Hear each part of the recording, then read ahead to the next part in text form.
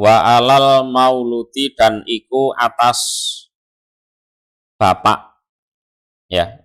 Al maulud itu kan al mauludilahu, ini artinya adalah bapak. Al maulud yang dilahirkan lahu bagi dia, artinya bapak dari anak yang masih disusui ibunya itu tadi.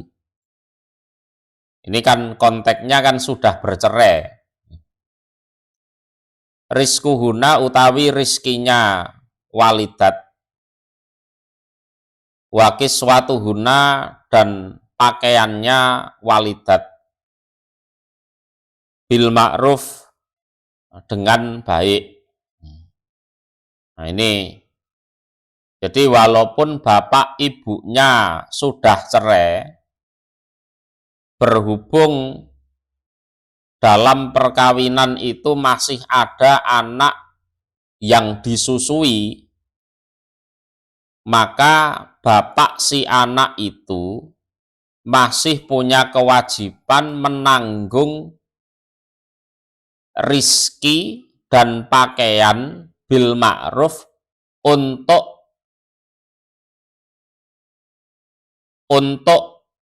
mantan istrinya itu, atau untuk ibu si anak itu.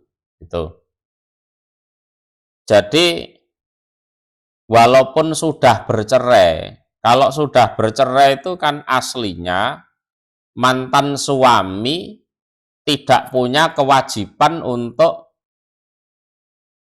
memberi nafkah kepada mantan istrinya, kan gitu kan. Ya. Dari sisi suami istri itu sudah putus.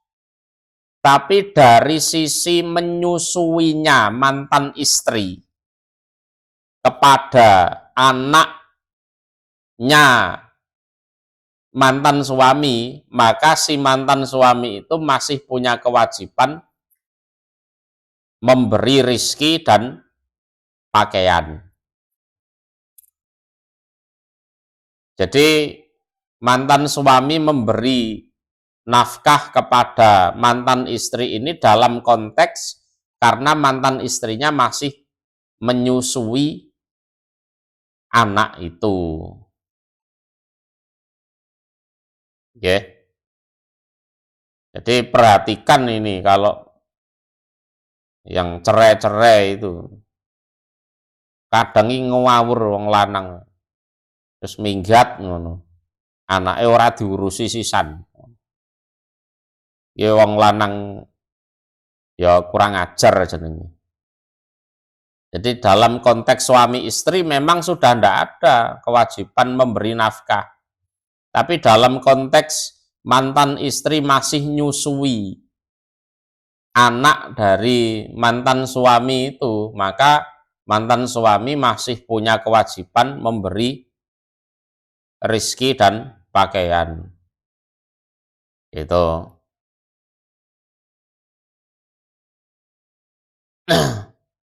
Ini pakaian ya untuk mantan istrinya.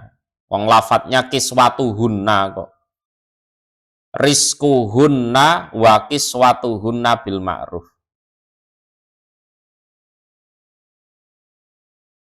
Jadi kewajibannya berarti dua, memberi rizki dan pakaian kepada anaknya, juga ibunya yang menyusui itu. No.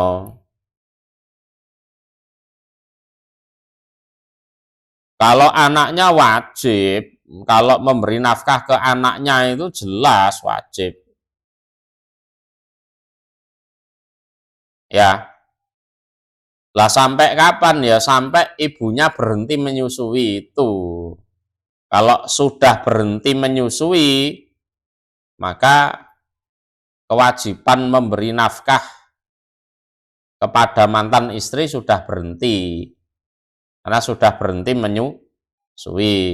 Tapi tetap ngasih nafkah ke anaknya. Ya, ngasih nafkah ke anaknya.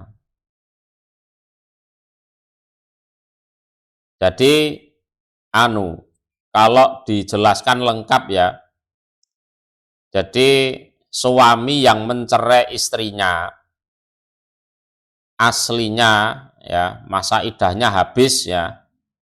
Kalau masih masa idah berarti suami masih punya kewajiban memberi nafkah. Kalau masa idahnya berakhir dan tidak dirujuk, suami sudah tidak wajib memberi nafkah. Kecuali kalau si istri itu masih menyusui, ya, menyusui anak dari mantan suaminya itu. Walaupun masa idah sudah habis, ya, berhubung istrinya masih menyusui anak itu, ya, istrinya masih berhak diberi nafkah. Jadi si mantan suami itu ya punya kewajiban double, ya, memberi nafkah pada anaknya yang masih dalam masa menyusui itu, dan memberi nafkah yang menyusui, yaitu mantan istrinya. Itu. Terus sampai kapan? Sampai masa menyusuinya berakhir. Ya, kalau masa menyusuinya berakhir, suami sudah tidak punya kewajiban memberi nafkah pada mantan istrinya karena sudah tidak menyusui. Tapi suami masih punya kewajiban ya memberi nafkah kepada anaknya itu sampai balik atau sampai menikah. Iya kan? Lah, biasanya anak itu sampai usia 7 tahun itu kan hak asuhnya masih dipegang ibu. Ya kan? Sehingga si mantan suami berhak atau punya kewajiban burui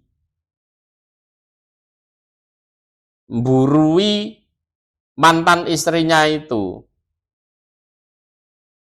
karena mengasuh anaknya. Dawa kan urusannya, jane dawa, tapi berhubung wong-wong iki ngawur ya wis ditinggal prung ngono kaya gak ndek dosa ngono kuwi. Ya kan? Nah, di usia 7 tahun nanti, nah, anak itu baru disuruh milih. Kalau masih milih ke ibunya, nah ya wis, bapak masih punya kewajiban memberi nafkah ke anaknya, plus punya kewajiban burui. Burui apa? Ngongkosi. Statusnya pekerja itu mantan istrinya. Tetap dikasih.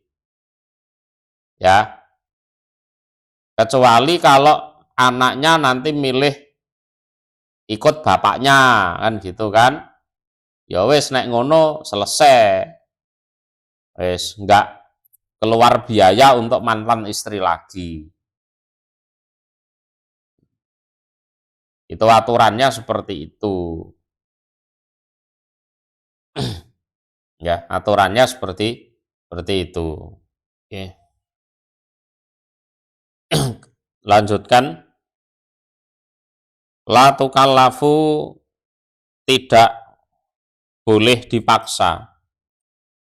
Sopo nafsun diri ila kecuali wus'aha pada sakpol usahanya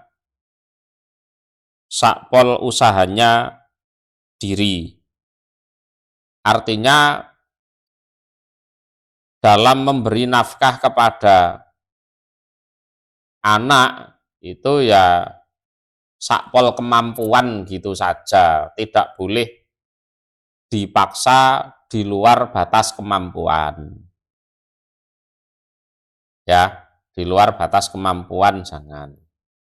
Jadi bapaknya si anak itu mampunya misalkan sebulan ngasih 2 juta misalnya, ya jangan dipaksa untuk ngasih 5 juta. Ya, ya penceng iku kok ngono. Ya kan? Jadi walaupun bapak itu punya kewajiban memberi nafkah pada anaknya dan mantan istrinya karena masih menyusui, lah itu tetap tidak boleh dipaksa di luar kemampuannya. Jadi la tukallafu nafsun illa wus'aha. Wala tudhara, dan jangan sampai dirugikan sapa walidatun ibu wong tua wedok biwaladiha sebab anaknya ibu. Wala, dan jangan, artinya jangan dirugikan sapa mauludun lahu, bapak ya. Mauludun lahu itu yang dilahirkan lahu untuknya, artinya ya bapak itu tadi. Biwaladihi sebab anaknya.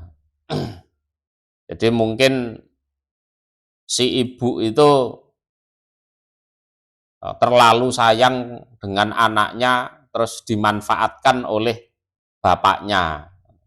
Ora dikei nafkah. Babah masih dheke gak tak kei nafkah ya dheke tetep nyusoni anake kok. Ya kan? Atau sebaliknya, si mantan istri nuntut banyak kepada suaminya. Suaminya itu mampunya 2 juta misalkan. Enggak apa-apa, tak paksa 5 juta. Nah, kan dia kan sayang pada anaknya, kan gitu kan. Nah, itu juga enggak boleh seperti itu. Jadi ibu maupun bapak itu tidak boleh dirugikan sebab anaknya itu. Ya, contohnya yaitu tadi, alah ibunya ndak tak kasih nafkah ya ndak apa-apa. Wong dia tetap sayang ke anaknya, pasti disusui. Walaupun nggak tak kasih nafkah. Itu. Si bapak jangan seperti itu. Si ibu juga jangan, alah aku tahu dia mampunya cuma 2 juta atau 3 juta. Aku tetap minta 10 juta. Pasti dia ngasih, wong dia sayang ke anaknya. Jangan seperti itu. Atau apa? Ya trik-trik lain dalam rangka merugikan itu jangan sampai terjadi. Karena ada potensi di sini, karena memang orang kalau sudah cerai itu biasanya sakit hati dan pengen balas dendam antara satu dan yang lain. Terus memanfaatkan si anak untuk bisa balas dendam ke suami atau ke istrinya. Jangan sampai terjadi.